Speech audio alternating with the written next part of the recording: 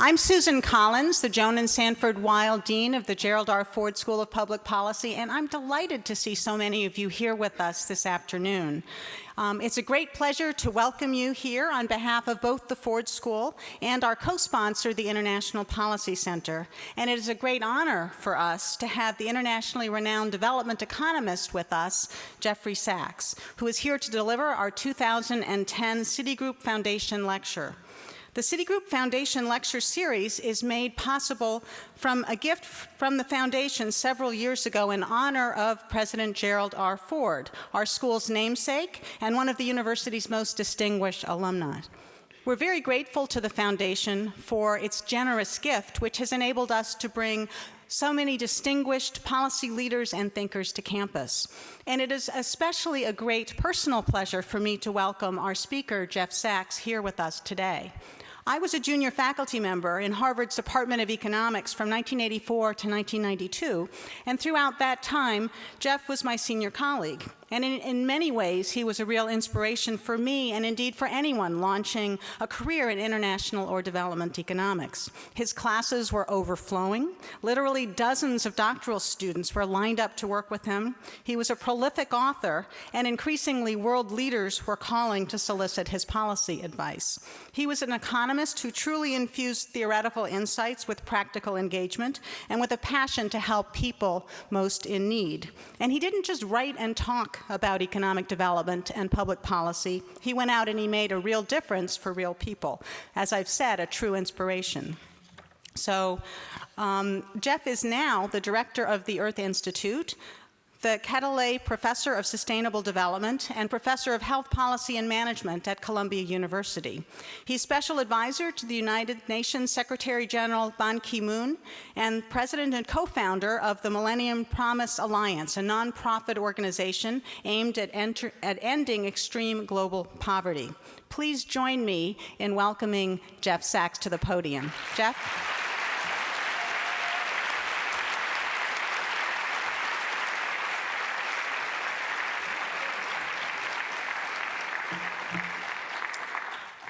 Susan, thank you so much for inviting me and for the nice words.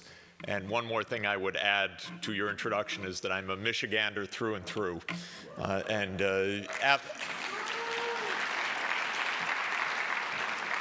Oak Park, 10 Mile Road. Of course, it stays with you, and this university is always with me and in my heart. And it's our kind of family school, so it's wonderful to be here, and also very exciting to see many friends, classmates, colleagues, and I thank you for the chance to be with you. It's interesting today that we're starting what should be a crucial global meeting, but is relegated to the back pages of the newspaper. I'm referring to Cancun, which is the meeting of the international signatories of the UN Framework Convention on Climate Change. It's the 16th such meeting since the Framework Convention went into application, went into force in 1994. This is the world governing law for what will become one of the most pressing day-to-day realities on our planet in the years ahead, and is already creating a tremendous amount of turmoil. And of course, I'm referring to the effects of climate change. And yet, how puzzling it is that, as important as this issue is, the only time it really has gotten notice in the United States in recent months is to defeat some of the congressmen who voted for doing something about it. And almost all who were in Democrats in marginal districts who voted for the legislation that passed the House a couple of years ago to cap carbon emissions were defeated in the November elections. And the politics was already nearly impossible on this issue in the United States, but without question, November has made it even that much harder. And I'll show you in a few minutes some of the most recent survey data about the rather shocking American attitudes to this issue, which can best be described as a lot of confusion. So we are starting a global meeting with almost no prospects of anything important coming out of it. And that has generally been an accurate way to describe events since the 18 years ago when the treaty was first signed in Rio in 1992, and the 16 years since it was ratified by enough of the signatories in 1994. The situation simply continues to get worse because the climate doesn't really care about our politics. It's not noticing. What it does care about is the rising concentration of greenhouse gases in the atmosphere, and those continue to rise fairly relentlessly. Even during our downturns, the world's increase of carbon emissions is stark, and the dangers are growing. Now, there was an international meeting of the same ilk 2 weeks ago that didn't even make the back pages of our newspaper. You had to be a real specialist to notice how neglected it was. And that was a meeting in Japan, in Nagoya, on the Convention on Biological Diversity.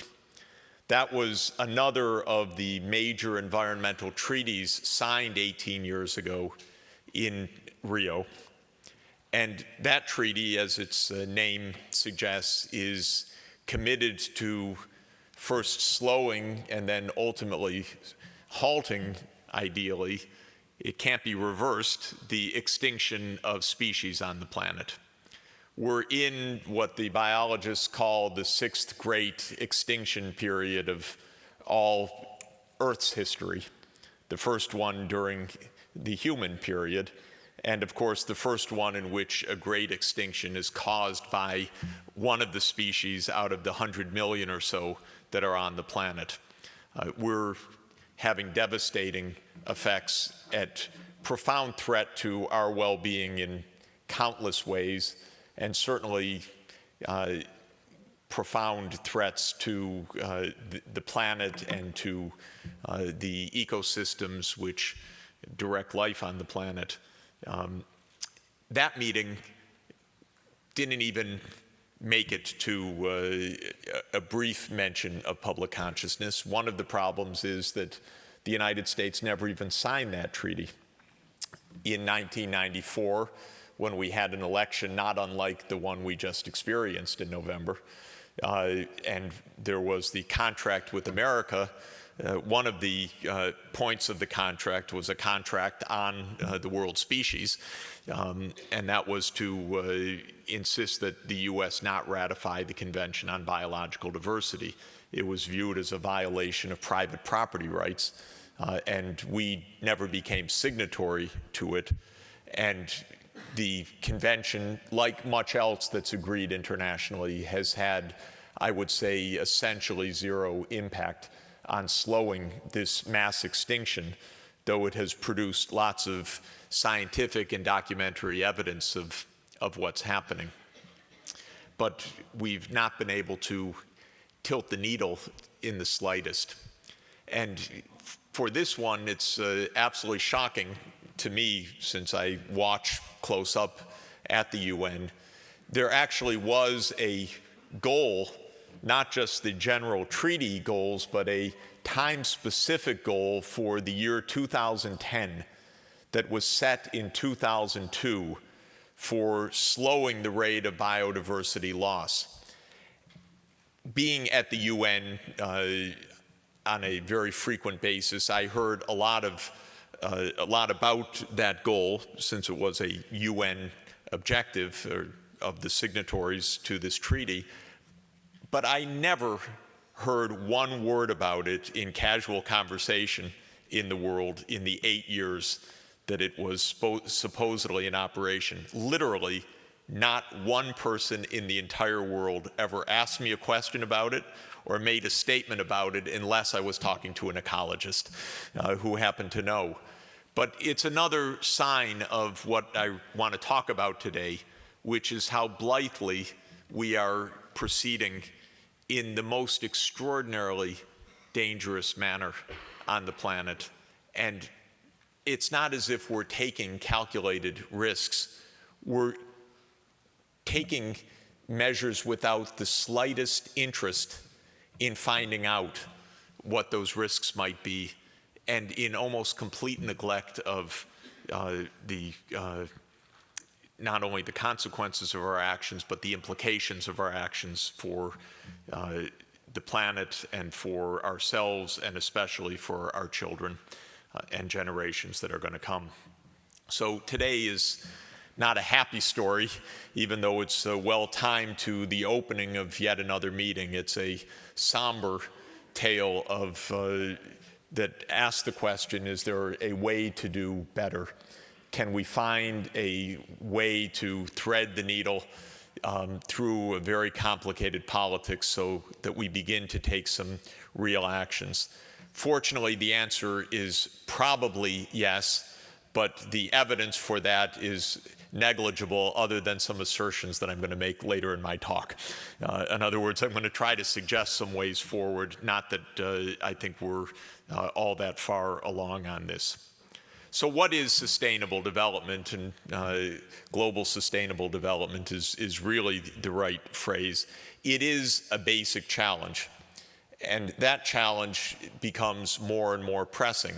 It is how to combine the economic aspirations of the planet, and for most of the world, that means still achieving economic development in the first place. For the already developed countries like the United States, it means not falling off the perch and hopefully still continuing to find a way forward. How to combine that basic, powerful dynamic, because economic growth is happening in the world, and it's happening robustly and relentlessly, even right through our current economic malaise, I'll indicate in a moment. How can this be combined with planetary sanity with respect to the Earth's ecosystems, the natural environment, and the shared biodiversity on the planet? It's two goals. We have a hard enough time in our country achieving any one goal at this moment. We're certainly not very good at achieving multiple goals. Sustainable development is really about achieving two very broad objectives. I usually define it as achieving three broad objectives, which is maintaining growth, helping to rescue the poor, and helping to save the planet from destruction. I'm going to talk a little bit less about the poverty issues today, just say a word, but we can certainly discuss the issues of those who, despite the economic growth, are left behind in the discussion after my opening remarks. Suffice it to say, we're not even close to achieving this objective of sustainable development. If you're a student, I urge you to study it, because you will have decades ahead of useful things to do, and it is one of the least solved problems on the planet.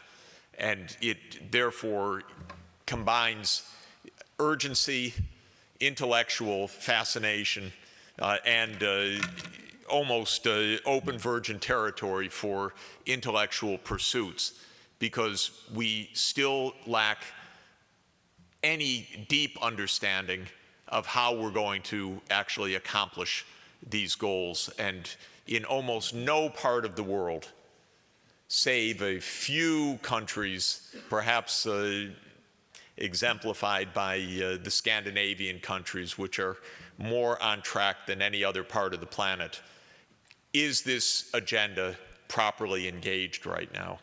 In the United States, at best, we care about economic growth and have put the environment into a very, very distant second place. This picture is the template from an important article that appeared in 2009 in Nature magazine, where a group of about 25 of the world's leading ecologists got together in an expert review of the evidence to consider the environmental boundaries or thresholds that pose the greatest dangers for humanity, and to try to begin to assess, because it was their very frank acknowledgement that this was only an initial foray into defining what boundaries might be for these various ecosystem threats. And if you go around the circle, though it's probably hard to see in the room, certainly in the back, these are issues like climate change, which is the one that I'll focus on today, ocean acidification, which is another crucial and independent result of the carbon emissions from fossil fuel burning.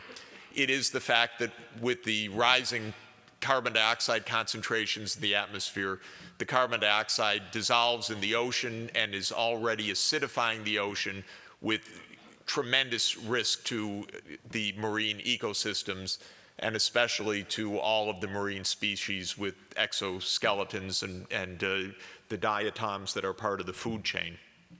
Going around the circle clockwise from 12 noon, which is climate change, then ocean acidification, there's ozone depletion, which you're aware of and is one of the few areas where real progress was made, because that was a case where one specific human technology, chlorofluorocarbons, were the predominant or maybe the exclusive cause of the human-made or anthropogenic ozone depletion, and where it was possible to find a safe substitute. And so it was a rather straightforward technical substitution of one set of chemicals for another, which over the long term will actually reverse the ozone depletion that was very far underway by the 1970s when this result was first discovered. Incidentally, and I'll allude to it later on, when the ozone depletion effect was first known, the companies that were producing the chlorofluorocarbons, of course, went to town calling it a hoax, a fraud, a myth, and every conceivable thing that they could call it, exactly what they do with human-induced climate change today. And then one of their scientists tugged on the CEO's sleeve and said, by the way, we have a substitute, at which point they came out and said, now everybody has to adopt solutions, this is very important, yes, and so forth. So much is driven by the corporate propaganda, and that was definitely one of the clearest examples of that, going from delay and obfuscation to a quick solution once a technical means was found, and then those who had the technology in hand could argue for the solution. Still moving clockwise, the next category that you see in bright red, because it really is a drama already, is nitrogen flux. We have 7 billion people on the planet. This is 10 times more than when Thomas Malthus wrote pessimistically about the principles of population in 1798, 2 centuries ago, at which point there were about 750 million people on the planet. Malthus said we wouldn't be able to support a rise of population or an increase of living standards, because any increase of living standards would quickly get dissipated by higher population, but that would be limited by food productivity. We broke through the food constraint, certainly far from perfectly, even in nutrition, for feeding 7 billion people. But we actually did not break through the environmental constraint, though we think we have. Because in order to produce enough food for 7 billion people, we have to put on about 150 million tons of chemical fertilizer every year, roughly 100 million metric tons of nitrogen every year. And that massive deposition of nitrogen is one of the most destructive human-induced changes on the planet. As I'm sure Most of you are aware we have a 200-mile-long dead zone in the Gulf of Mexico. As the Mississippi River accumulates, the runoff of that nitrogen, the leaching from all of the farmlands of 25 to 30 states in the Midwest, carries it down to the Gulf and creates the eutrophication phenomenon, the hypoxia, and the dead zone. It's now been realized that about 130 estuaries around the world are similarly turning hypoxic, short of oxygen because of eutrophication. And we're seeing, therefore, one of the most important ecosystems in the world, the estuarine ecosystem, which mixes the fresh water and the seawater at the outlets of freshwater rivers around the world, being destroyed. Nobody has an answer to this right now, incidentally, just to cheer you up. Organic farming doesn't change any of the nitrogen budget, it just changes where you get the nitrogen from. There are certainly ways to use nitrogen more efficiently, but the basic fact of feeding 7 billion people is a very tough nut to crack. And in this sense, while we are feeding adequately, maybe not adequately, but feeding systematically roughly 6 of the 7 billion people, and the other billion are struggling every day to have enough to survive, we're not doing it in an environmentally sustainable manner. And so far, there are no adequate solutions to that. Right next to it is the phosphorus cycle, which we're similarly deranging because it's nitrogen, phosphorus, and potassium, which are the 3 macronutrients that have to be added through chemical and organic fertilizers. Moving right along, and I won't belabor all the point, is the fresh water crisis, the changes of land use. The next bright red cone that you see is the biodiversity loss, where there is a fulminant and almost entirely neglected disaster underway. It makes sense if there's 7 billion of us on the planet, and we're eating and we're clearing farmland and pasture land to do it, we are commandeering literally the land and the food supply that would feed the other species on the planet. And the best estimates, which I still find shocking to contemplate, is that our one species commandeers about 40 to 50% of the total net primary productivity of photosynthesis on the planet. That's a lot. We're taking almost half of the total photosynthetic potential of the planet for us. We're doing it through pasture lands that we cleared for our meat production. We're doing it by the croplands, obviously, to grow. We're doing it by through the asphalt surfaces that build our cities. And in total, we're literally pushing the other species not only out of their habitats, but right out of existence. And that one is, according to the ecologists, the most dramatic and imminent of all of the threats. The next one, now we're roughly at 9 o'clock, between 9 and 10, is the atmospheric aerosol loadings. That's the soot and the dark carbon cloud over much of Asia. For those who have been in China recently, there is, as far as I know, not a major city in China where you can actually see sunshine for more than perhaps a few days out of the year. So polluted are the cities through the carbon, through the coal burning, and that's creating this massive aerosol loading. Of course, sulfur oxides and other aerosols are also part of it. And then the last one is the chemical pollutants. Also, it says not yet quantified. They're pervasive and they're polluting major rivers and major cities all over the world, including, again, most of China's huge cities.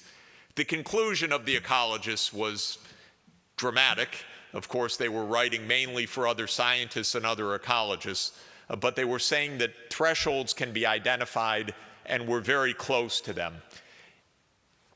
Those points at which you arrive at huge and perhaps amplifying instability and irreversibility. For climate change, if you look at the bullseye there, only 3 of the 5 parts of that cone are shown. This is right at the top. So they were suggesting that there still is some room before we pass the ultimate climate change threshold. My colleague at the Earth Institute, we have 2 lead climate scientists, Jim Hansen and Wally Broecker.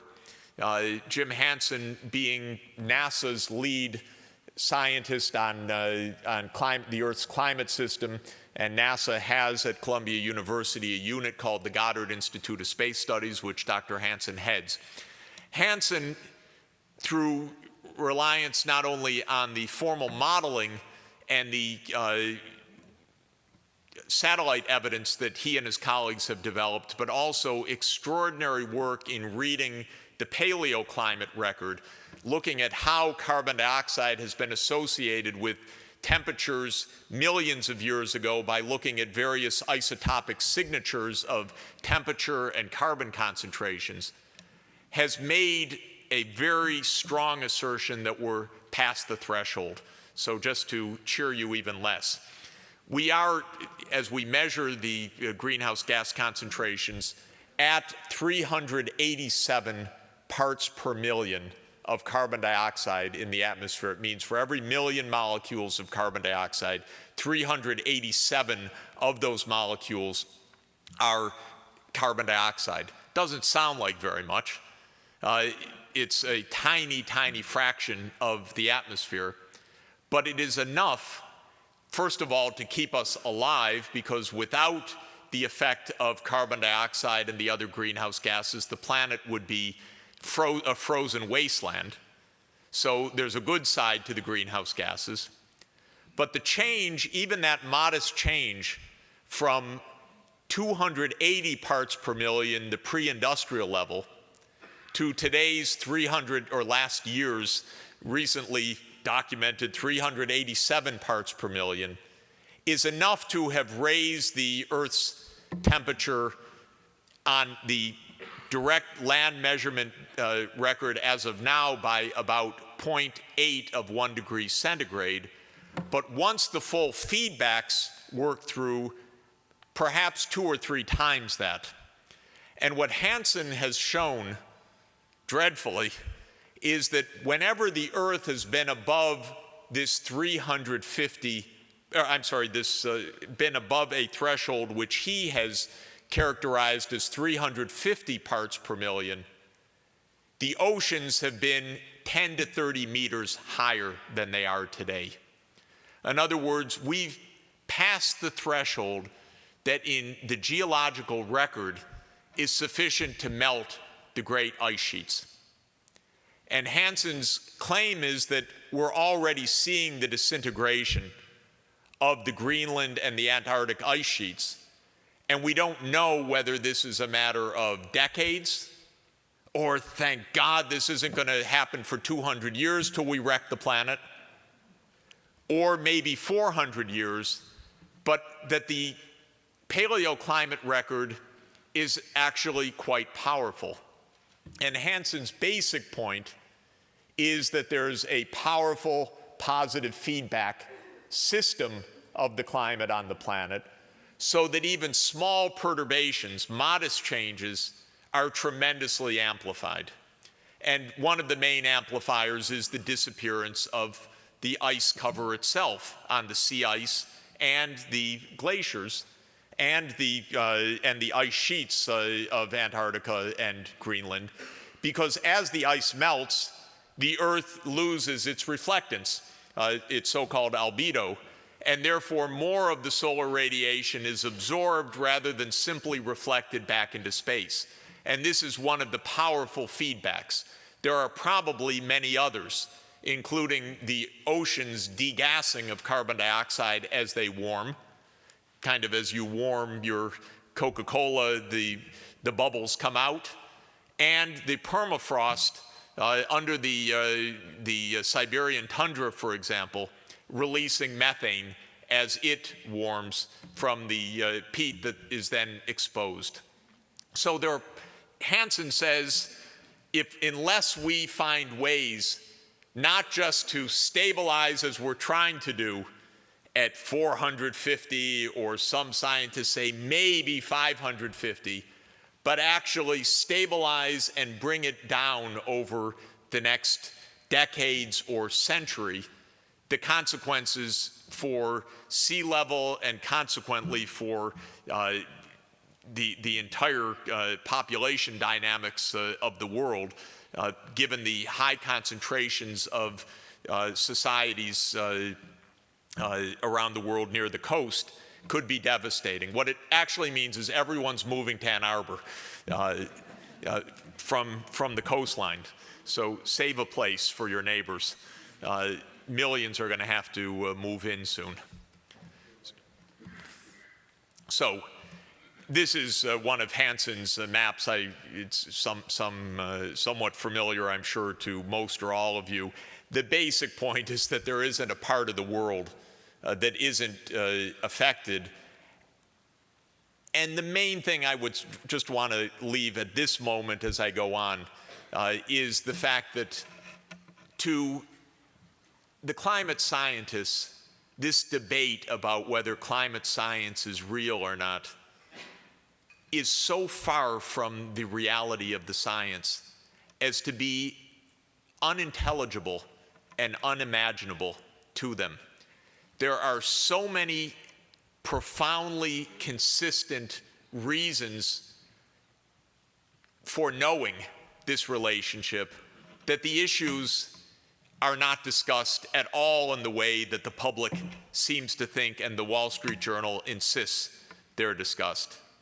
And that is that it's been known for about 140 years that carbon dioxide absorbs infrared radiation and warms the planet. This is actually not 140, 180 years since Fourier worked this out in the 1830s and 1840s. The basic carbon dioxide effect has been understood for 115 years since Arrhenius, the Nobel laureate Swedish chemist of the late 19th century, actually made by hand remarkably accurate calculations of what the carbon dioxide doubling would actually mean for the planet. And he got it right in the zone that the most sophisticated models understand today. The science at the basic level is not in doubt. And the paleoclimate and current ecological and satellite readings and a profound range of other kinds of data and evidence all point unequivocally in the direction of anthropogenic change. What's in doubt is the magnitude, the pacing, the timing, but not the basic science itself. And the areas of agreement are powerfully strong, and the evidence overwhelming, and the public continuing to doubt it. And finally, this graph is emphasizing, as the World Wildlife Foundation does each year as it publishes this index, that the species abundance of every major class of species is in significant decline right now. And of course, you've all read about the catastrophes of the pollinators, the catastrophes of the amphibians, the catastrophes of the corals, and so on. Major classes of species under threat because of the human forcings. Now, it all is tending to get a lot worse fast. And that's because of something that generally we consider very good news, and that I have spent a lot of my career trying to help promote, and that is economic growth in the poorer countries. We're living in a quite remarkable period, not remarkable in the way we're feeling it in the United States, but remarkable as it's being felt in the rest of the world.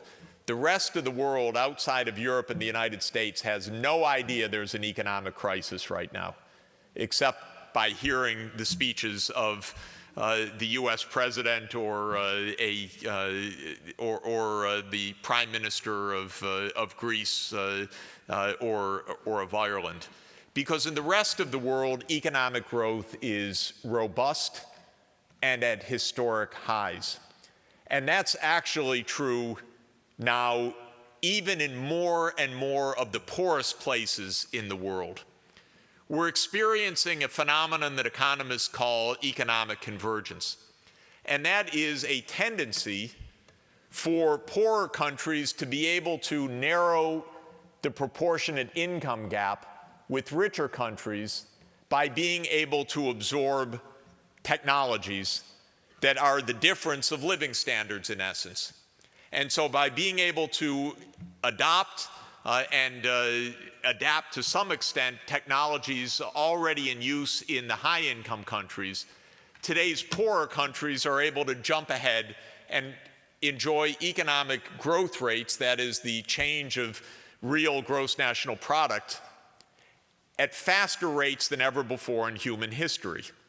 And of course, China is the headline exemplar of that. It is the most extraordinary period of economic growth in the history of the world. Since Deng Xiaoping opened China to international trade and to markets in 1978, that country has averaged 10% per year economic growth. That's extraordinary because compound growth is extraordinary, and compound growth at 10% per year for what is now 32 years is absolutely remarkable. So if you make the calculation, you get from 1978, every 7 years is a doubling of the Chinese economy. And so if you do this for now, this period from 1978 to 2010, 32 years, you double. 32 years is 5 doublings. And so we're at the roughly a 30-fold increase of China's aggregate economy during this period.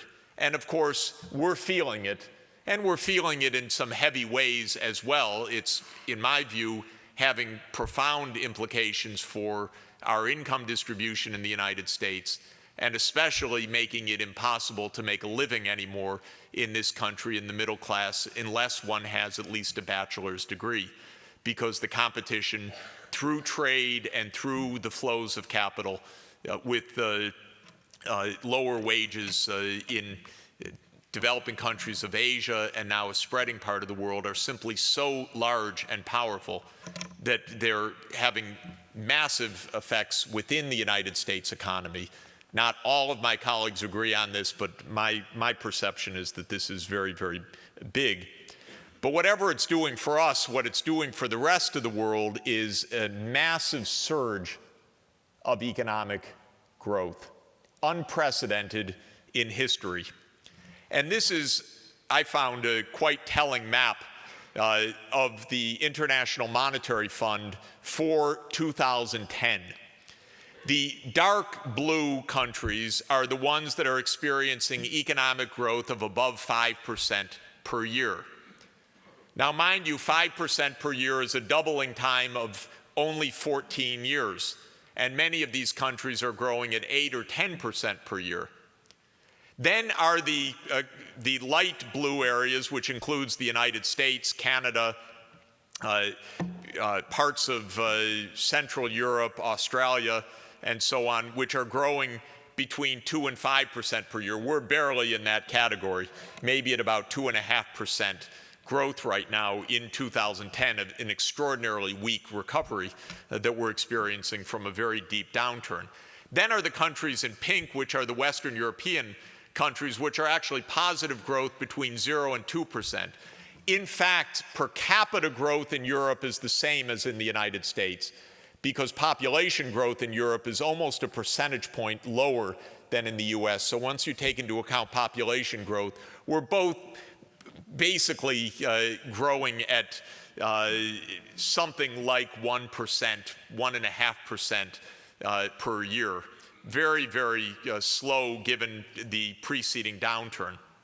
And there are only a couple of countries in the world that are experiencing negative growth right now. What's striking about this is essentially the two-speed map of the world. The developing world said goodbye to us and our recession. When the downturn hit in the United States, everybody assumed there would be no decoupling, to use the phrase at the time, that the developing countries would experience an even more severe downturn. I actually doubted that at the time. I was wrong in a way, because right after the financial collapse of Lehman Brothers, everybody went into a steep downturn because that was a panic. But once the panic subsided, the poorer countries came surging back in a way that the richer countries did not. And I think that this is actually par for the course.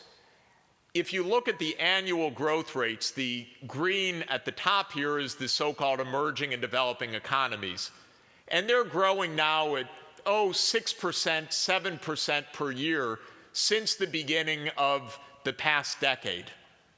The developed countries, which means the United States, Western Europe, Japan, and a handful of others, not only had the very deep downturn, -3 in 2009, but the recovery is very modest, and the spread is about 4 or 5 percentage points per year right now.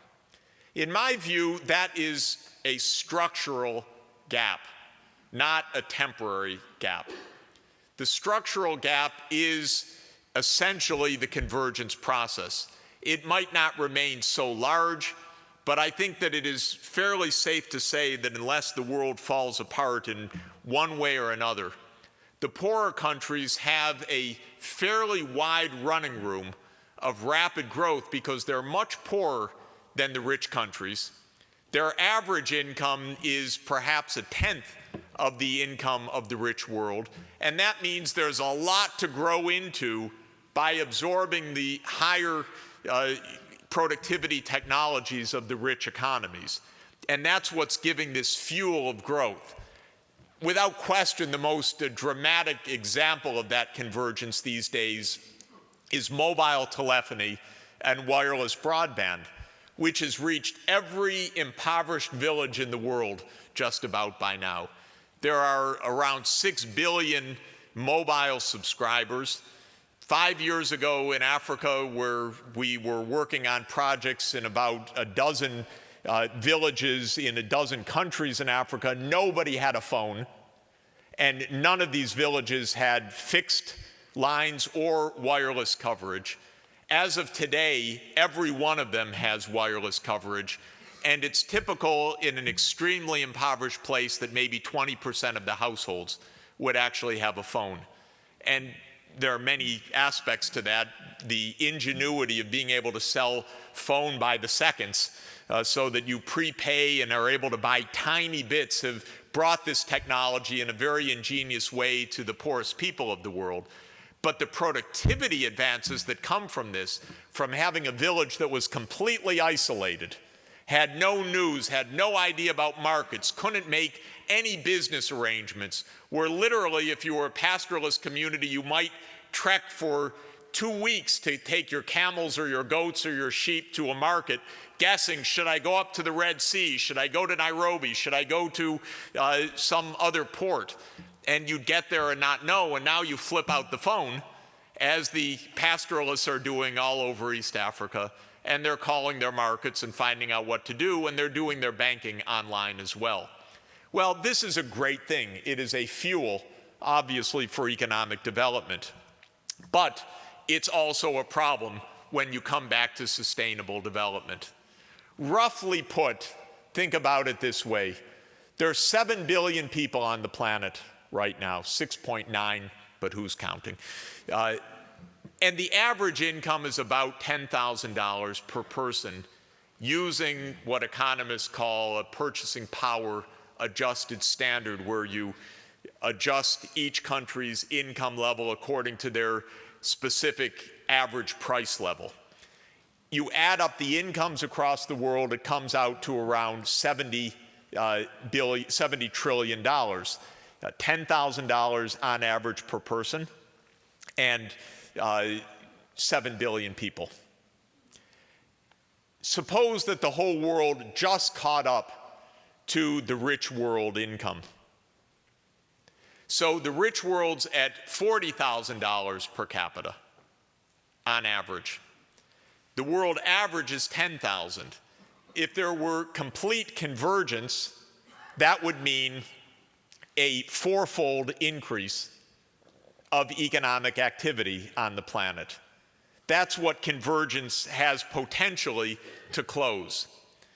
Add in the fact that the population of the world is continuing to grow, and actually grow rather significantly, even though the proportionate growth rate is slowing. We're still adding 75 to 80 million people net population increase each year, though now all in the poorer countries. You combine this force of convergence with the extra roughly 40% increase of the world's population that demographers are guessing could be the level at which the world population stabilizes as fertility rates come down to replacement. In other words, stabilization at around 9 billion as opposed to today's 7 billion. Combine those two forces and you see that we have built into the global dynamics right now an increase of total economic activity over the course of a century, say, that could amount to 5 or 6-fold increase. And the point to keep in mind is that not only are those forces underway and much to be prized and praised in a lot of ways, but even today, we're unsustainable in what we're doing. So there's a collision, at least if we continue to do things the way we're doing them now.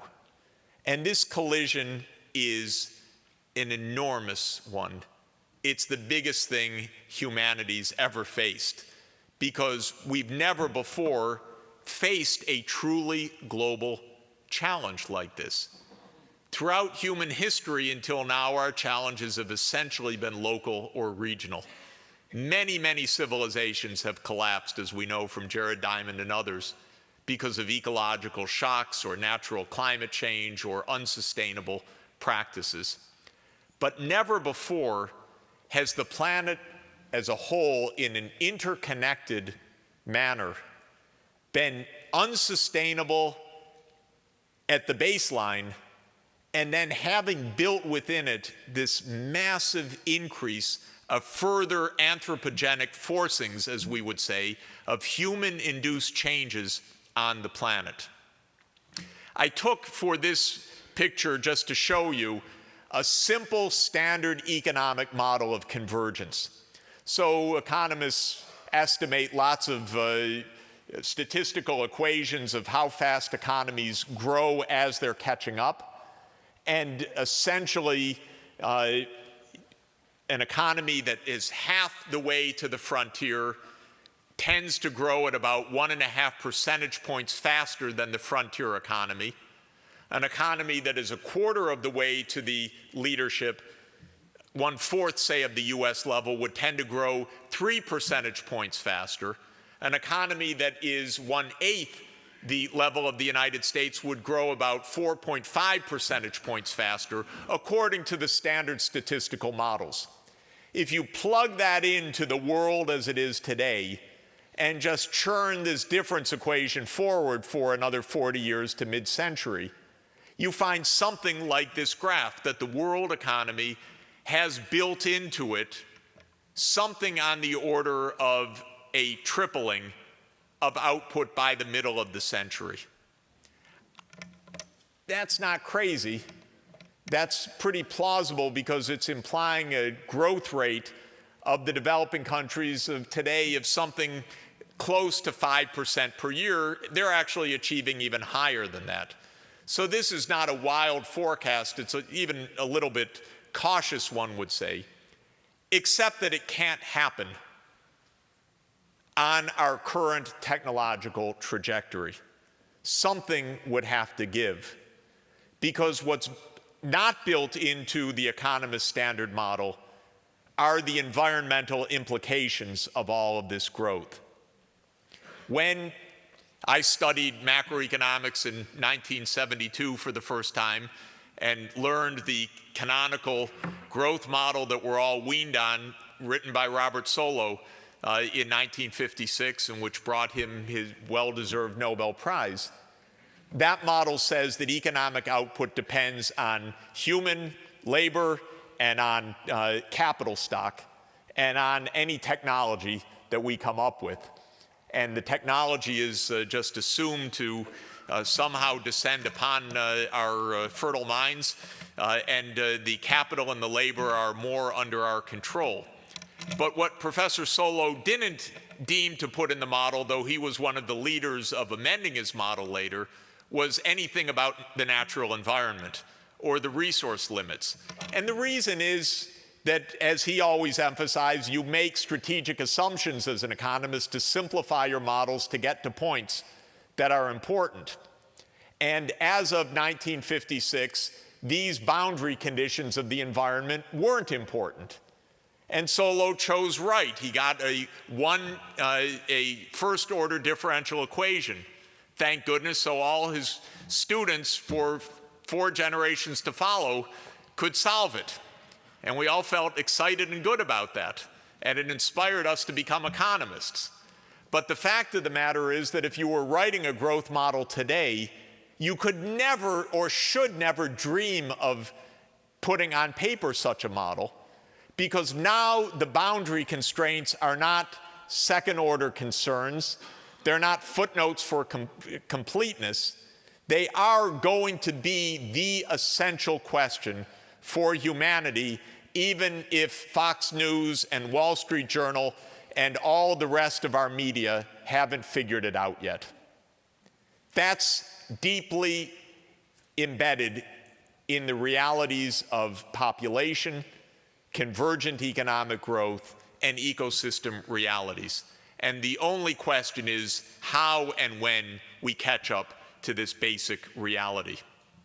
One of the things it will mean, of course, is that the United States, which has had a very unusual run of things, of course, especially becoming by far the predominant economy of the 20th century, after 2 world wars not fought on our soil, and by virtue of mass immigration of genius, partly as a result of those wars, and our own cleverness and bounty of natural resources, we became, we don't know whether it's our Andy Warholian 15 minutes of historic fame or not, we became the world's leading economy. But what we can say pretty clearly is that that lead is shrinking already right now in relative terms, because leadership is a relative phenomenon. It doesn't mean we have to suffer. It does mean that our star in the sky won't shine quite as bright in the presence of other stars in the sky. And as everybody has come to appreciate, China will become a larger economy than the United States within the next 20 years. Not higher per capita income, but given a 4-time larger population, a larger overall economy. And that is affecting every bit of geopolitics. Every single country I've been in, well, I don't know if that's true, but almost every, and that's dozens, by the way, but in the last dozen countries that I visited in the last 5 days, it feels like, but in the last 3 or 4 months, I've heard the same line. Oh, by the way, China just became our largest trading partner. This is amazing when you hear it in Santiago in Chile, for example, when you hear it all through Africa. In Asia, you'd expect it, but it's a worldwide phenomenon. And this, of course, is part of geopolitics, but it also should be informing us in a little bit more clever way about how we engage in the world right now. What this graph shows is just using that same simple numerical model that I used to make the previous slide, that the US share of the world economy won't disappear, will still be a big and outsized economy, but will go from being something like 20% of the world's population, world's gross product per year, to being something closer to about 13% by the middle of the century. Not precipitous unless we collapse, but definitely a decline. The red line on the top, the red curve, is the share of the developing countries in the world. Right now, they're about half of the world economy. The US, Europe, Japan, that's about half. And then the rest of the world is the other half in terms of total output. Now, that means that the rich world, on average, is still 6-8 times richer than the poor by these metrics, because the income level of the developing countries in this categorization, which is the IMF's, the developing countries have a population of 6 billion and the rich world 1 billion. So we're sharing the world's economy, but with 1/6 of the population of the other half of the planet. Now, what does this mean for climate change? It definitely means a mess, and it means a set of basic calculations of what we need to do. So let's look to the middle of the century and think about what the climate scientists are telling us. Now, according to Jim Hansen, he's telling us it's finished. We're already in disaster. Most climate scientists are telling us, please, please, please try to stabilize at 450 parts per million or less. Hansen says, not anywhere close to good enough. Our current trajectory is to reach 550 parts per million by mid-century and then shoot right through that limit. And that almost surely would be catastrophic. And I want to underscore the word catastrophic. Devastating for hundreds of millions or billions of people around the planet. So what the central view of this is that at a minimum, we have to cut by half the world's emissions of greenhouse gases by the middle of the century compared to where we are today. That's tough. We're emitting 30 billion tons of carbon dioxide each year through energy use, and another few billion tons through deforestation each year. That energy-led carbon emission should come down to perhaps 15 billion tons at the most. But that has to be done in the context of a burgeoning world economy. That's the challenge. It's an unprecedented challenge. If the developing countries are counting on 3 times the world's output through their rapid growth, emissions should be half of today, then emissions per unit of GNP, which is pretty constant around the world, by the way, because we all use basically the same technologies. So the emissions per unit of GNP is pretty much shared. That would have to come down to around 1/6 of what it is right now. We'd have to be able to get our carbon dioxide emissions down to 1/6 per dollar of our income if the world is to have a chance of getting on a trajectory that isn't going to blow the whole world out of the water, or into the water, I should say. And that means reducing something like 83% of our emissions intensity by 2050. Now, how could this conceivably be done?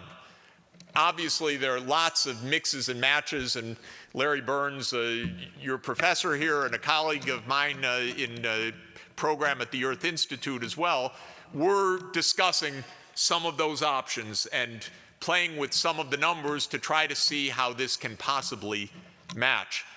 But one way, for example, would be a combination of energy efficiency combined with decarbonization of the energy system. And in some sense, both of these are vital. We have to get more output per unit of energy input, and we know there's lots of waste. As Larry has emphasized so often, only 1%, if I have it right, of the energy that's used in an automobile actually is literally doing the work to carry the individual from one place to the next. Much of it is purely lost in heat dissipation, and a lot of it is carrying the other 3,000 pounds around that are accompanying us on our personal mobility. And so there's lots of room for saving energy through smarter vehicles, for example, and of course through better design of homes and through smarter grids and so on. So one possibility is reducing the energy input per unit of output, but it's not so easy because the physicists are absolutely right, dead on. You need energy to do work, and you need work to make income, and you need income to have the kind of living standards that the world aspires to. So the other part of this is to find ways to decarbonize the energy supply. Now, what might be done in the US context? How could this actually be accomplished? I'll use round numbers.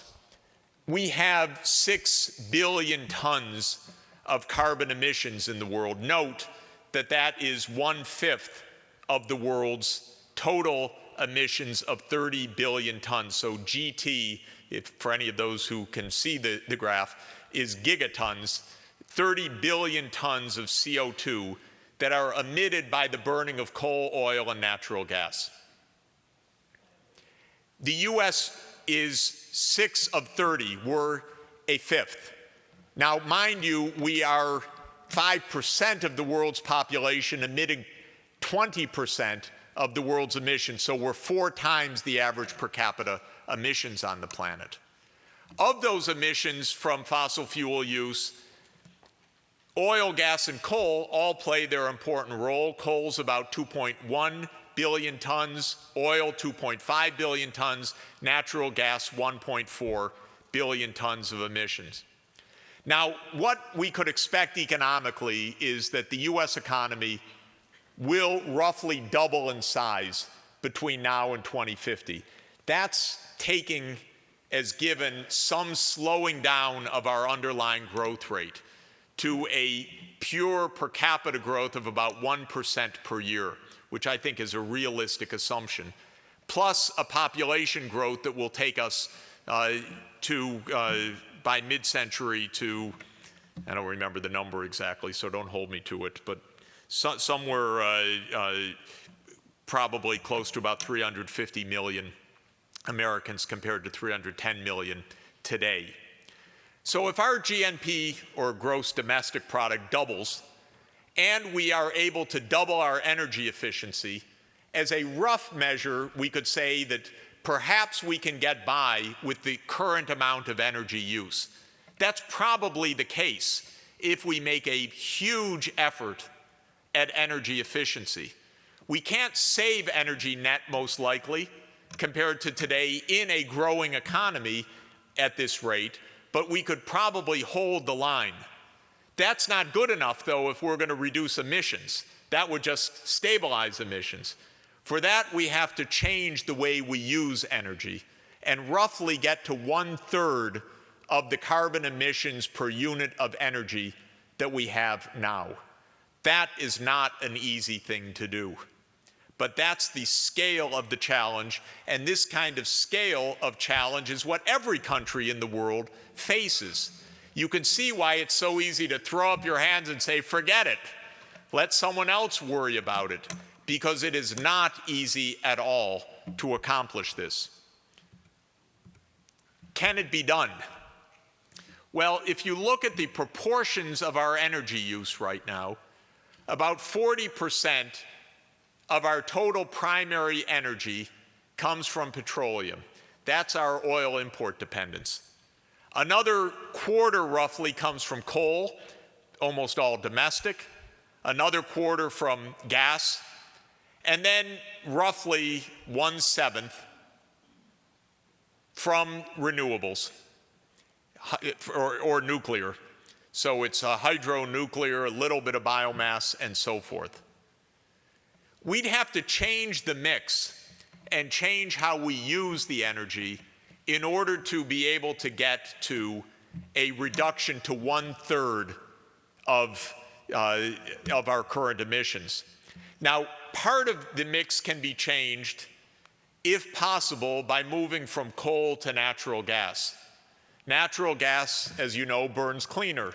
Coal is essentially all carbon with a little bit of hydrogen attached, whereas natural gas is a carbon with 4 atoms of hydrogen attached. When methane or natural gas is combusted, you get water and carbon dioxide as part of your energy mix. When coal is combusted, you just get the carbon dioxide. So you get roughly not quite twice the carbon dioxide per unit of energy from coal as you do from natural gas.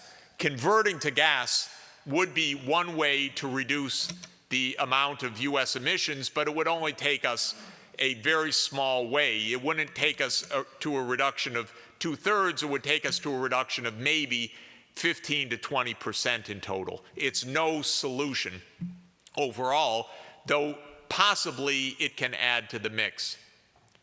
The other part surely is moving to renewable or low carbon energy sources. Nuclear, solar, wind, or using fossil fuel and capturing the carbon and safely storing it geologically, what's called carbon capture and sequestration. Another popular idea, though not very popular with me, it remains to be proved, is biofuels. The problem with biofuels, which we've embarked on in a big way, is that they are competing directly with land. Land that should be used for food and land that should be used for nature. And photosynthesis is probably just not a good enough way to fuel our economy. And the idea that we're going to get a lot out of biomass, in my view, is still an unproven proposition. Perhaps not wrong, but I remain to be convinced. Well, if we moved from 14% to 50% of the energy mix to non-carbon, we'd start to get there. But how could this be done?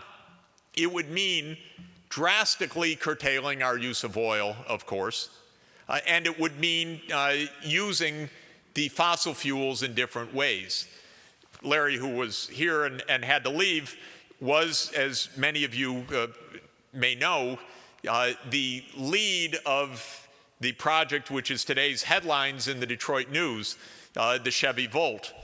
He was GM's vice president for product development and research and development, and made one of the most consequential contributions, which is a pathway from an oil-based fleet of automobiles to an electric or fuel cell, also electric, but a grid or fuel cell-based fleet of vehicles in the future. If you can do that and power the grid with clean primary energy sources, then one can begin to make a huge dent in this energy mix. So there are lots of choices that are at least potential. Nuclear, wind, solar, carbon capture and sequestration, possibly biomass. Conversion to electric vehicles, conversion from home and building furnaces to electric heating driven by heat pumps, industrial fuel cells at large industrial scale, and so forth. Lots of possible technologies. But there's a huge problem, which is why we've done essentially none of it yet. We have to decide we want to do it, because all of this is more expensive than what we're doing right now, which is just burning coal and using the electricity the cheap way. It is the case that the highest carbon emitting energy source is also the world's most plentiful and also the cheapest to use. And so the world is actually more and more moving towards coal, even though that's moving away from a solution to the climate change crisis. And the world's leading economy that depends on coal, of course, is China, where about 80% of the electricity is coal-fired, and where 50% of the overall primary energy is coal. Unbelievable, the implications of that in such a rapidly growing economy. It has meant that in a short period of time, China has overtaken the United States. Even though it's only half the size of our economy, it's overtaken the United States in total emissions. China is the #1 leading emitting country in the world. And not per capita, of course, it's 1/4 of the US per capita, because it's 4 times the population and roughly the same emissions. But it is the leading emitter because it is such a coal-dependent economy. And the amount of coal that it's adding every year, even as it looks to other fuels as well, is staggering and threatening to the entire planet. So the same set of calculations that I'm about to mention briefly here definitely, and even more importantly, are necessary in China, and within a decade or two will be vital for India and for Asia in general, which is more than half the world's population and soon will be more than half, or half at least, of the world's total GNP, or total world product. The problem is that we're going to have to pay an extra price. Now, why would we do this? To avoid the even greater ecological devastation. And the cost-benefit analysis is pretty clear, at least if you have a time horizon of 40 years. If you have a time horizon of 100 years and you actually think we have some responsibility to generations in the next century, it's unequivocal, because the current trajectory is so devastating that any sense of risk would cause us to have a massive change. The problem is that we've not come to accept that, and our political cycle is obviously, with the time horizon, inevitably of 2 years to the maximum. That's on election day. And the day after election day, the time horizon is 2 years minus 1 day. And the countdown is relentless. And we're already in presidential election season. And we've barely blinked, and I don't think that President Obama has even finished filling his team yet for the first administration before he's got a full-fledged effort of running for re-election. So how much is this likely to cost? Here, some basic calculations suggest the following, and I think this is really the main point. To make the kind of transformation that we would need to get to 1/6 of emissions can be done with known technologies, or with technologies that are at a near commercial scale. Those technologies will improve over time as we learn from actually implementing. There's probably nothing that needs to be done that isn't at least on the drawing board, the mock-up, or the demonstration scale by now. The electric vehicles, the heat pumps, the greener buildings, the fuel cells, the solar, the wind, the nuclear are all there, and the one that is consequential that's not yet tested, but all its pieces are tested, is the carbon capture and sequestration. The big question there is both cost and geologic availability of reliable storage sites. But the evidence is, the more one looks at it, that the costs of making this transformation are within actually rather low bounds. but that the transformation is decades long to make because the power plants, the vehicle fleet, the buildings last for decades. What would be expensive is to knock everything down and try to start over. Impossible. What is not prohibitively expensive is to roll out the old stuff and roll in the better stuff. And the difference in cost looks to be something on the order of $50 to $100 per ton of CO2 avoided. Now, if it's $50 per ton, and we have to avoid 4 billion tons of it, we're talking about an annual cost on the order of about $200 billion a year. Small stuff with what they play with in Washington. That currently is about 1.35% of GNP. So it's between 1 and 2% of GNP. If instead you allow for the energy efficiency as well and still assume that high price, not declining over time, you'd get to something by the middle of the century that would be well under 1% of GNP. And indeed, if you phase in this transition, you could stay less than 1% of GNP through the entire transformation process. And this, I think, really is the bottom line of the reality. We can lose the planet because we don't want to do this, or we can decide to invest something a little bit less than 1% of our income each year. Given that we're America these days, I don't know what we're going to decide. But as rational human beings who care for ourselves and for our children, I think the choice is pretty obvious when it's laid out clearly. Now, I can't go through all of that, but let me say the following. There are probably fairly clever, low-intrusive ways to do this, much better than the ways that have been proposed in Washington and have so far been rejected by Washington till now.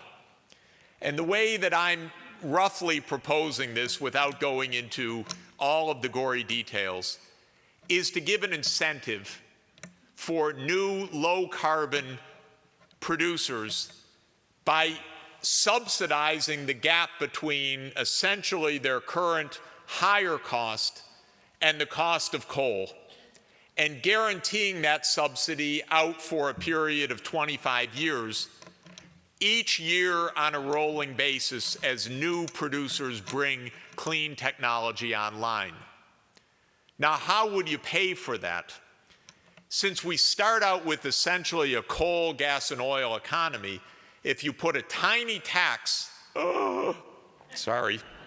if you put a tiny tax on coal, oil, and gas, and then you give a pretty robust subsidy, 5 cents a kilowatt hour, 6 cents a kilowatt hour differential to the low carbon sources, you bring them on with very low disruption.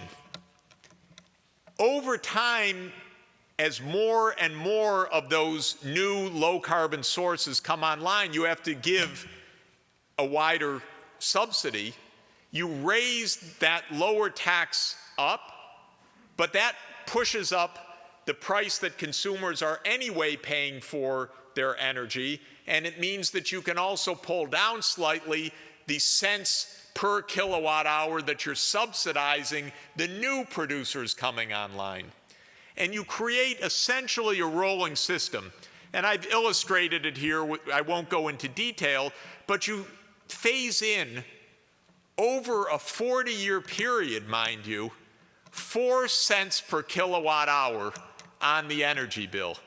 Can't make it softer than that. And over time, that ends up raising the energy bill by total in the year 2050 by about 0.7 of 1% of GNP, according to this calculation. Now, it may be that the technologies get even better of these renewables and they compete on their own. It could be that, as a recent article in Nature magazine had it 2 weeks ago, maybe we've overestimated. This is not exactly easy news, it's not great news, but it changes the calculation. Maybe we've overestimated the amount of coal that's under the ground, and rather than actually having fairly unlimited supplies of coal, just enough to wreck the planet at a low price, maybe the coal is actually going to rise in price and rise right past the price of solar and wind and so on, so you wouldn't need any subsidies at all. We'd just be led to these alternatives by the market without even needing to take into account the externality of climate change destruction. Whichever it is, my point is that we, at a quite low price, can make this transition. It is essentially a technology transition. It's essentially based on the idea of mass electrification of autos and of buildings, and then converting the electricity itself to a clean grid. Those are the two essential steps of this. Electricity is the fuel carrier, and the primary energy converts either to carbon capture and sequestration or to a zero or low carbon energy source. And some of the best technologies combine natural gas with wind or combine natural gas with solar. You want to make that combination because of the intermittency of the renewables themselves. The costs are completely manageable, but we've never seen a plan. And this I really do fault the administration for. Instead of a plan, they went to congressional negotiations. They went to the back room, they went to the lobbyists, they said, if we give you this many permits, if we do this and that, will you come on board? And it was a pretty awful process. Most of you were not watching it as closely as the process of healthcare, which was another awful process in terms of how the lobbyists swarmed around the system. Rather than having a plan with a logic, we had, unfortunately, the way we do it, a scrum, and ended up partly with a mess. And on energy, we didn't even end up with a mess. We ended up with a mess that was passed in one house and was defeated in the other house, but we never saw a plan. And this, I think, is absolutely missing. Not that you can plan from here to 2050, but you can certainly bound a strategy. And you can certainly use a plan to say, what should we do from here to 2020? And then we'll recalibrate along the way, what's called adaptive programming. But we haven't even started to do that. We went for a cumbersome cap and trade system, which is a bit of a mess on many counts, rather than a simpler, gradually rising, transparent carbon tax. Because supposedly the lesson was learned in 1993 when President Clinton tried to put in a BTU tax, never mentioned the word tax. That may be true. We do have part of the electorate which is completely, obsessively, and I use the word advisedly, against us paying for our most minimal needs, and our most urgent needs, I should say. But the fact of the matter is, the cap and trade was immediately branded a tax, which it implicitly was, and it was the end of it anyway. And it was a much less direct way to get where we needed to go. Obviously, we would need a gradual phase-in of subsidies as new producers come online, and that's why the actual budget outlays can be pushed to the future, but paid for by an identified gradually rising tax. We need a lot of research and development. I don't have time to elaborate on this today because we don't actually know a lot of what needs to be known. How will carbon capture and sequestration work? How will the Chevy Volt operate? How will batteries improve in the future? How can a national grid be properly and robustly managed when it relies on not the base load of coal, but a much higher proportion of wind and solar and other intermittent sources. I'm told by all of my engineering colleagues that we just don't know the answers to these things. They are knowable, but they're not known. And we're certainly going to need a broad mix of technologies. Anyone that rules out a major category probably has to think again. Sad to say, we're going to need nuclear, and it's sad to say because it's a big problem in this world. And the risks of example proliferation politics are real, but it is also a low carbon energy source that dozens of countries will use for their electricity, and that the United States is going to need and continue to use. And we're probably going to need carbon capture and sequestration, clean coal, another of those tag words.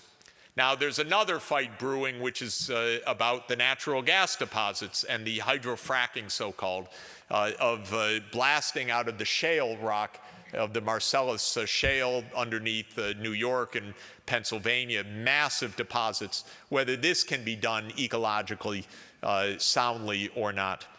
Nothing is assured in any of this. Everything has to be done adaptively. The only thing that unfortunately is assured is that the current course is a course of disaster, and a disaster that's already underway. We start today in Cancun.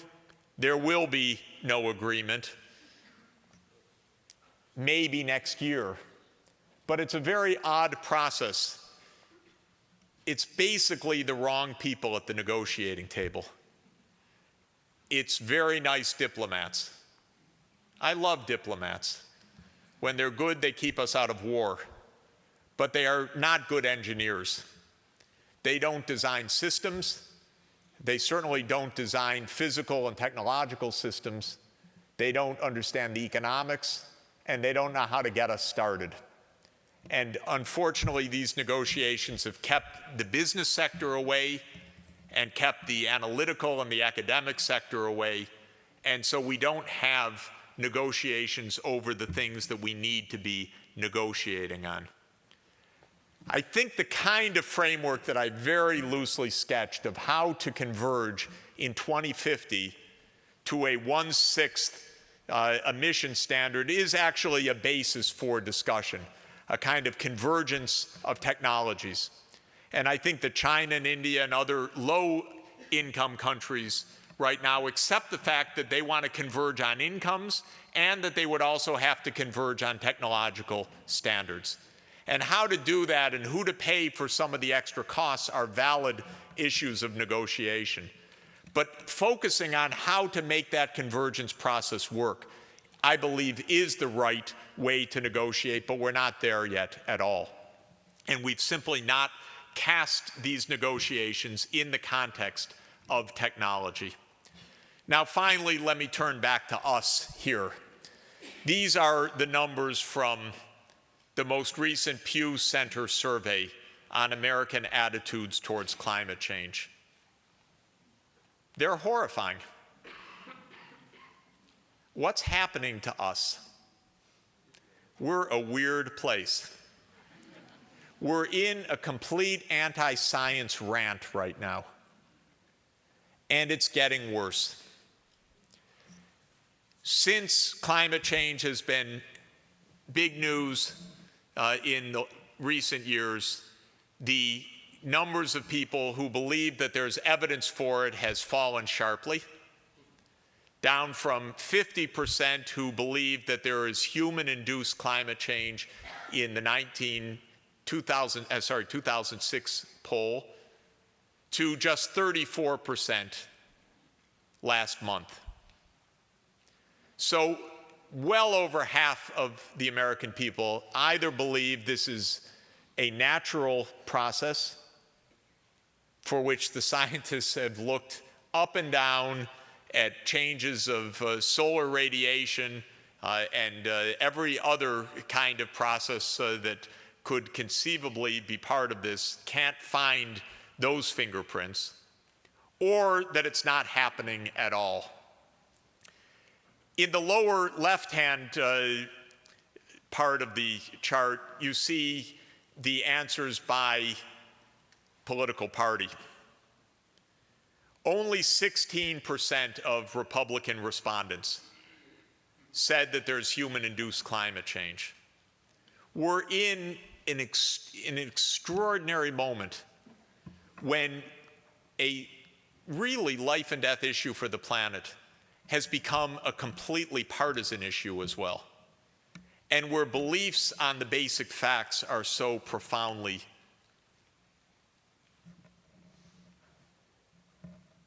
different across the divide. So 53% of Democrats, 16% of Republicans, and the independents right in the middle at 32%.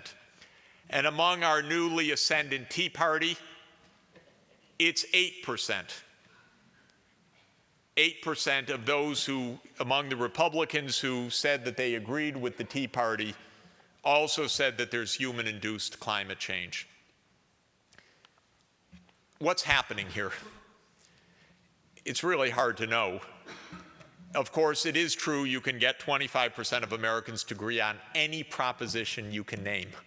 And so there is something to that. But the aggressive anti-science that we're living in right now is not entirely an accident. I have seen over the recent years, and many of us in academia feel it, the most relentless assault on science that I certainly recall in my professional lifetime. And it's led by identifiable and powerful interests that are doing a profound disservice to the planet. Number one, Rupert Murdoch. Definitely the most destructive individual on this issue and many others in the world, because he commands the media in a way that almost no other person on the planet does. I don't know whether he's simply the most cynical or ignorant, but somehow he is the most destructive. Sometimes I believe the Wall Street Journal editorial page is just designed to get my blood going in the morning, because my wife knows that I'm absolutely bouncing off the walls every morning by about 6 a.m., out of control. So it's morning exercise. But it actually has a very powerful effect. David Koch, who some of you may have read about in the New Yorker earlier this year, the owner of America's largest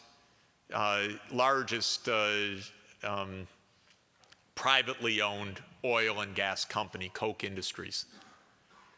Big philanthropist in New York. You go to Lincoln Center, you go to Koch Theater. You go to the American Natural History Museum, you go to the Koch exhibition. More destruction of financing anti-scientific propaganda than perhaps any other person other than Rupert Murdoch himself. And this stuff works in today's age.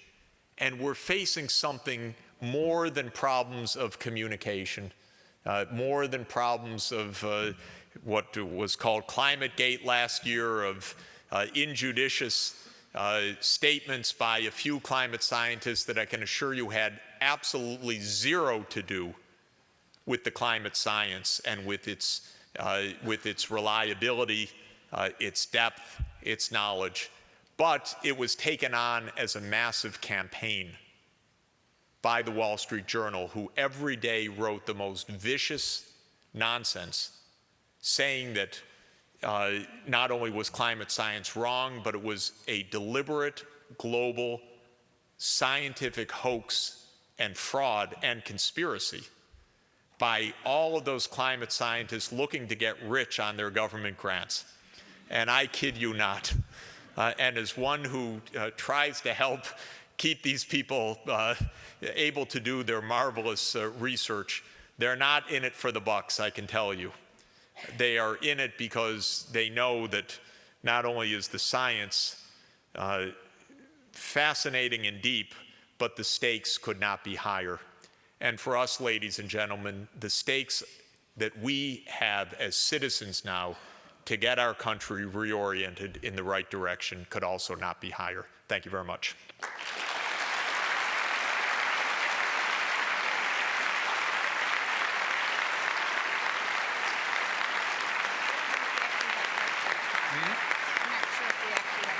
Okay, maybe a couple? Yeah, okay. We are very short of time, but we are going to take just 2 questions, and I'm going to ask for one from each side. And if you could say the questions, and then we'll turn back to Jeff for a quick response, that would be great. What I wanted to ask you about was if you would please comment on the importance of investments like a global fund for education and why this is doable and needed even in this economy for educating the people.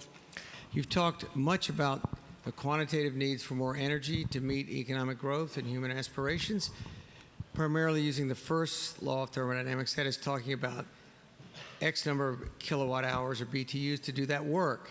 Yet, as we give up oil, natural gas, coal, we're going to energy that's much less intensive, much less power-packed than those fuels. We're going to the very gentle harvesting of solar and wind and so on, which means that we're probably not only going to have to increase our effort, but also change our lifestyles to solve problems that lower temperature energy sources can do, like living closer together, giving up the American dream of sprawl and living in cities where we can walk, use transit, and bicycle. Could you comment on that? Sure. So first, on the question about Global Fund for Education, and I want to first thank Results International, which is a marvelous organization which mobilizes public awareness for purposes of global sustainable development, and I love everything that Results does. I didn't talk about problems of poverty per se, but what this chart shows is, I think, perhaps useful very briefly. The red triangles are conflict areas, and the yellow on the map are drylands. And what's happening, the point that I'm making, this is taken from a book that I wrote a couple of years ago called Commonwealth, is that the ecological stresses of the poorest places, the drylands, are spilling over into massive conflict. And we're fighting in places like Afghanistan or Yemen or Somalia or Sudan, not by accident, but because people are hungry, desperate, poor, and therefore those places become vulnerable to terror or to internal conflict or to demagoguery and extremism and the like. We are spending an unbelievable waste of our resources fighting this condition through military means, which is useless. Because the problems are poverty, and we spend in Afghanistan $100 billion a year right now, and 1/100th of that on the poverty problems in Afghanistan, and we go out of our way. We don't care about Afghanistan. This is just about Al-Qaeda. It's mind-boggling how ignorant this process is. We're just really in the hands of the military, I'm sorry to say. And if you read Bob Woodward's book on Obama's war, you can't find one sentence in the whole book of anybody that says one word about Afghanistan's real-life conditions, even though what's mentioned 100 times by these generals is winning the hearts and minds. They don't have a clue as to the hearts and minds, not a clue, because the poverty, the hunger, the water stress, the ecological stress isn't mentioned one sentence in the entire book. And this is our disaster. So why do we need a global fund for education or a global fund to fight AIDS, TB, and malaria, or help to make sure that girls can stay in secondary school, which is one of the things that such a global fund would do, or help for smallholder farmers to grow more crops, first, it would save lives. Second, it might save our souls. And third, it would be by far the most reliable way to peace on the planet. And climate change is going to make all of this dreadfully worse, because it's the poorest people who almost inherently, not inherently, but by dint of history, are poor in part because they're living in marginalized places that are already very difficult and therefore more vulnerable to the kinds of dislocations that are likely to come. Second question was about the lifestyle changes and how we can manage on this.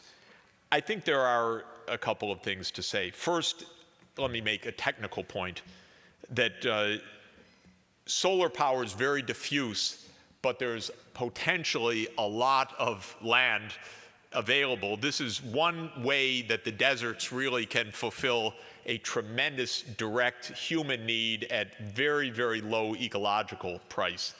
And as many of you have seen, the little square in the Sahara, which collects enough solar radiation to fuel the entire world.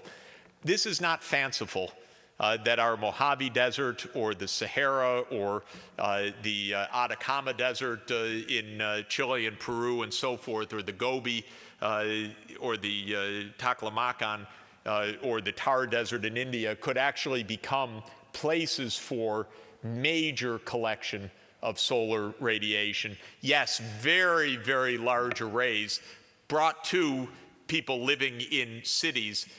I think it's a pretty interesting way to go, and there's something called Desert Tech and Desert Tech Foundation, which is looking to mobilize the deserts for solar energy on a very large scale, and I find it a very exciting thing. Now, lifestyle changes absolutely are part of, I think, any kind of improvement in our quality of life, aside from our environmental sustainability. We're finding that the way we've designed sprawl, the way we've designed our cities without walking, the way that our landscape has led to more flooding and less percolation of rainfall, more surface runoff and so forth, provokes major hazards for us, major health risks, and I think major problems of our own psyches right now. One of the interesting things about economic growth that economists have understood since Richard Easterlin at University of Pennsylvania brought the fact to our attention more than 30 years ago is that after a certain point, this chase for higher incomes is not leading to higher self-reported happiness or satisfaction. And what economists now technically call SWB, subjective well-being in the opinion surveys. And it's actually quite stark. You get big gains when you're poor.